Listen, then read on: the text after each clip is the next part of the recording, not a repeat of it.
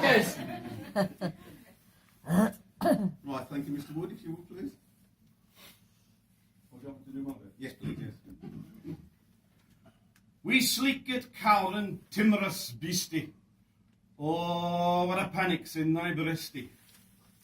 Thou needna start a wass a hasty. We bickering brattle. I wad be laith to rin and chess ye. We murdering pattle.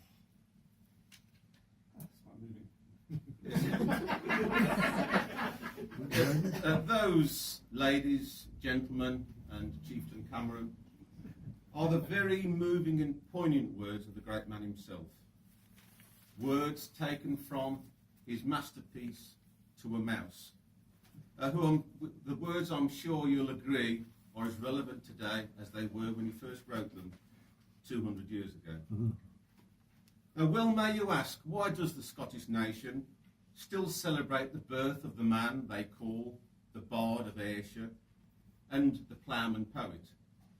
Not to be confused with the poet's ploughman, which has got more cheese on. But south of the border, we don't give a toss about the many hundreds of great poets that we've produced. We don't have a Blake's Day or a Byron bank holiday, a Milton Monday or a Shakespeare Sunday. So why a Burns Day? Why pick him out of all the many, many, many great Scottish poets, who I'm sure you're also familiar with? I don't need to mention their names here. What sets him apart? Well, perhaps if we know more about the man. To begin with, his actual name was Robert Burness. There was an E-double-S on the end of his name. And for some unknown reason, at around about the age of 27, he started spelling it differently. He dropped the E and an S. Don't know why, that's what he did. Anyway, he was born on January 25th, 1759, in a small village near Ayr, in Ayrshire, called Allaway. His father was a tenant farmer, as was his father and his father before him. The family lived a life of complete poverty. And from a very early age, Robbie and his 6 younger siblings were obliged to work on the farm. So they had no chance to go to school. And so they were educated by their father. Now, when Robbie was a bit older, he did actually spend a couple of weeks at a proper school, but that was about it. So perhaps with all that in mind, it's amazing that he could even spell his own name, let alone write a poem. Well, in fact, he couldn't actually spell his own name, could he? He got it wrong. And if you've ever read one of his works, you will notice his rather bizarre spelling and his use of a lot of made-up words. Now, for some reason, his father was never very impressed with his son, and always said that no matter what Robbie did in his life, he would always fail. So with those words of encouragement ringing in his ears and his DIY education, Robbie started writing poetry and songs at the tender age of just 15. Now he did this for one reason, and one reason only, to impress girls.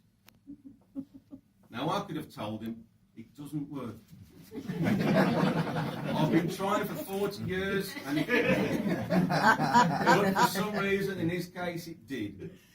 And he found that quite literally, members of the opposite gender threw themselves at him. And so he began to embark on a lifetime of what the church rather disapprovingly referred to as fornication. The other thing that it disapproved of was heavy drinking, which unfortunately was his other great passion.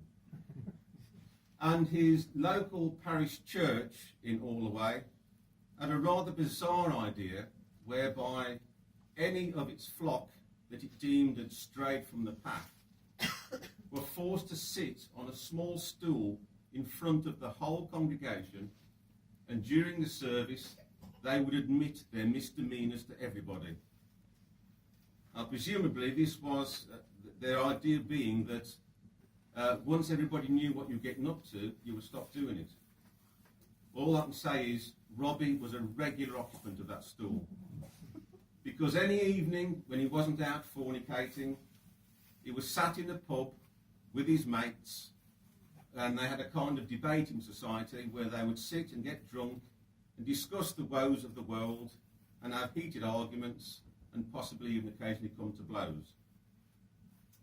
Now, eventually, he moved to Edinburgh to further his poetry career. Of course, he didn't stop drinking or fornicating, and through his many affairs, he fathered at least 3 illegitimate children, as well as the 9 that his wife bore him. And a rather sad footnote here, his last child was born on the very day of his funeral. What was I going to say next? You were going to say he became an avid supporter Oh, yes. of the French Revolution. He became He a very avid supporter of the French Revolution because of his strong beliefs in equality and social justice. He was also very strongly against slavery. But unfortunately, not long after he moved to Edinburgh, he was so destitute, he got a job on a Jamaican sugar plantation as a slave manager.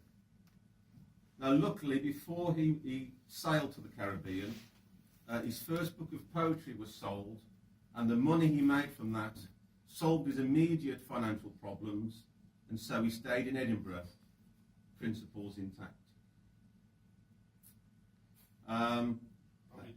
Oh yes, Robbie dipped in and out of farming for most of his life, and in his latter days he even became a excise officer.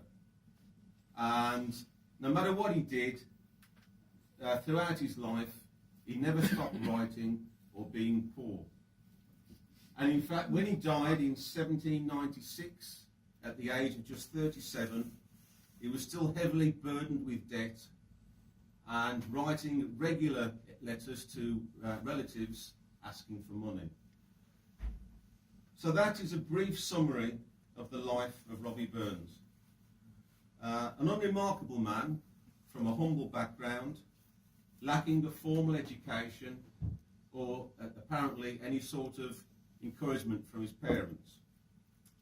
It was a life of never-ending hardship and neglect and poverty and excessive drinking and fornication. An unremarkable man who, through the genius of his writing, achieved remarkable things, which is probably why his memory lives on. Now, I was honoured.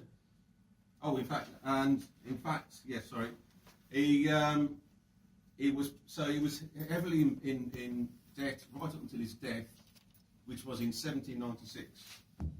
And now I was honoured when I was asked to do this by Chieftain Cameron, me and Mia Sassenach, and I decided I best do a bit of research into the kind of things I should include in this speech. Now, there were 2 things suggested, the first being to look at the relevance of Robbie's poetry. Now, he was the most famous Scot of his day because his poetry was relevant to every other Scot. But perhaps his true genius lay in the fact he could extend this to a worldwide audience. A lot of his poetry was about social problems that affected the whole of the civilised world at the time. Things like social injustice, inequality, the gap between the rich and poor, and of course love. But he also wrote poems about more mundane things. So as we have heard, he wrote a poem to a mouse. And he also wrote one about a head louse, believe it or not. And these being 2 things that were so familiar to the average Scot of the time because they would see them every day in their own homes. And they went down very well and sold extremely well when he put them into a small publication entitled there's a mouse and louse about my house. It did equally as well in Canada when it changed the title to There's a Moose Loose About My House. A work of genius, I think. And I've forgotten again. Relevance today. Oh, yes, as to his relevance today, I think we've already, with listening to the first verse of To a Mouse, that is fairly obvious. But perhaps what's not quite so obvious is that, a little bit like Shakespeare, he has left us with some phrases today which are still familiar. For example, in that poem To a Mouse, there is a line which goes, "The best laid schemes of mice and men," which I'm sure we've all heard. And also, if you've not read any of his poems, I'm sure you will have also heard, "Love is like a red, red rose." But perhaps his greatest legacy is the fact that once a year, on a certain date, pretty much the whole world gets absolutely blatted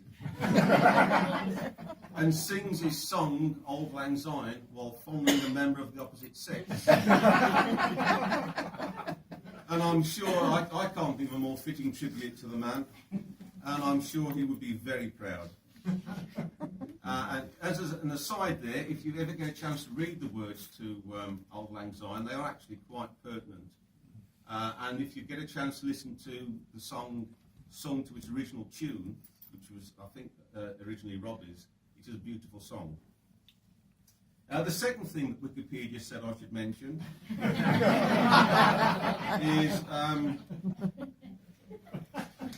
is if he was to come back today, what would he make of the world? No. Well, when he left it in 1796, the French Revolution was nearing its climax, which would of course lead to the rise of Napoleon Bonaparte and all that entailed. So let's see. When Robbie died, the French were revolting. Europe was about to be plunged into turmoil. Britain and France hated each other and were about to have a huge falling out. And some short-arsed, egotistical nutcase was about to become leader of one of the superpowers and bring disaster to the world. So, almost like he'd never been away.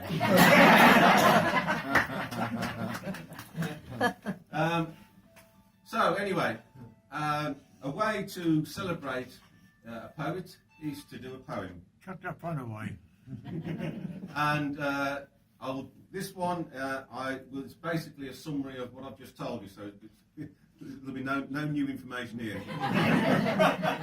And it's called The Life and Rhymes of Robbie Burns. And it goes like this. And it's, right. He was born in Bonnie, Scotland, in the 18th century, in the barren wastes of Ayrshire, where wild haggis wander free. His dad was a tenant farmer, taught his kids to write and read. Said Robbie was a waste of space and in life would not succeed. Robbie started writing poetry to help him with his wooing. He penned his first when just 15, then the trouble started brewing. In the village that he lived in, near Ayr, called All Away, he would go off with the lassies, because they'd go all the way. As a teenager, he was wild, went to church, broke every rule, and at many a Sunday service, they'd sit him on the naughty stool, where he'd admit his misdemeanours to a shocked congregation. Then he'd get back to his boozing and his rampant fornication. He'd drink and write his poetry, sit in pubs with mates each night. They'd get drunk and have an argument, and occasionally have a fight. He was called the Bard of Ayrshire, and was held in such regard that soon pubs refused to serve him. They'd say, "In Ayrshire, pal, you're barred."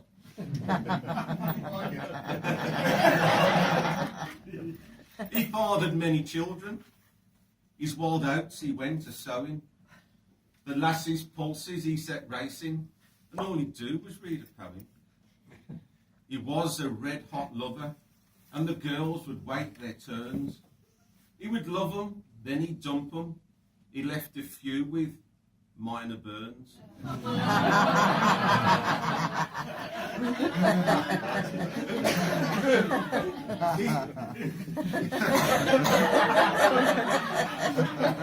He became a national hero, not because he could drink and fight, but because they'd found a Scotsman who could bloody read and write. He wrote about love and passion and the injustice of the time. His poems were full of made-up words because he could never find one to rhyme. Some scholars are still undecided. Yes, there's still so much debate. Is he truly a Scottish legend? Is his poetry really that great? Well, the fact that we are here tonight, I think maybe just confirms that in the gloom of Scottish literature, his memory brightly burns. You're nearly done with me. I've just got one more thing to do, and that is propose a toast. I'll try and do one, start it in the language you might have understood. Be ye a Scot, or be ye not? Fill your glass without we talk, so his memory ne'er be forgot. We'll drink a toast to the poet Scott. So, ladies, gentlemen, Chieftain Cameron, please raise your glasses and join me in a toast to, thank you very much, the immortal memory of Robbie Burns.